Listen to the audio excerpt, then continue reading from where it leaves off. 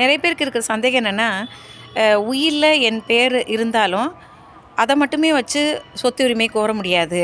அந்த உயில் உண்மையானது தான், சந்தேகத்திற்கு இடமில்லாமல் எழுதப்பட்டது தான்னு நிரூபிக்கணும் அப்படிங்கன்னு சொல்கிறீங்க. அதே போல் பட்டால ரெவன்யூ ரெக்கார்டில் என் பேர் இருந்தாலும், அந்த சொத்துக்கு உரிமையாளர் என் பேர் காட்டினாலும் அது மட்டுமே உரிமையாளர்னு சொல்ல முடியாதுன்றீங்க.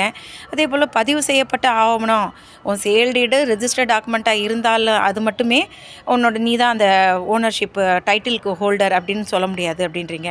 அப்புறம் எதை வச்சு தாங்க நான் அந்த சொத்தோட உரிமையாளர்னு காட்டுறது அப்படின்னுங்கிற சந்தேகம் நிறைய பேருக்கு இருக்குது. அது சம்மந்தமான கேள்விகள்லாம் எனக்கு வந்தவொன்னே இருக்குது. இதுக்கு ஒரே இது என்னங்க, இந்த ஆவணங்கள்லாம் நம்ம வச்சுரும்போது எப்பொழுதெல்லாம் நாம் அந்த சொத்தின் உரிமையாளர் தானா அப்படிங்கிற கேள்வி இன்னொருவரால் எழுப்பப்படும் பொழுது, நம்ம எழுப்ப வேண்டியது இல்லைங்க. இந்த டாக்குமெண்ட்ஸ் வச்சுருந்தாலே நமக்கு டைட்டில் ஹோல்டருங்க அப்படிங்கிறதுக்கான ப்ரூஃப் நம்ம வச்சுருக்கிறோன்ட்டு.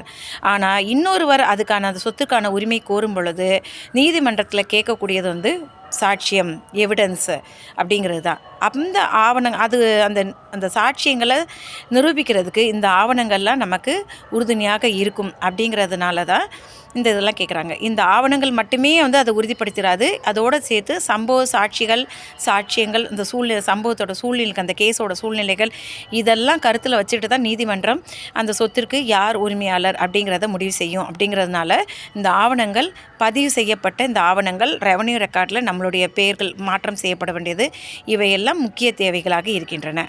நன்றி, வணக்கம்.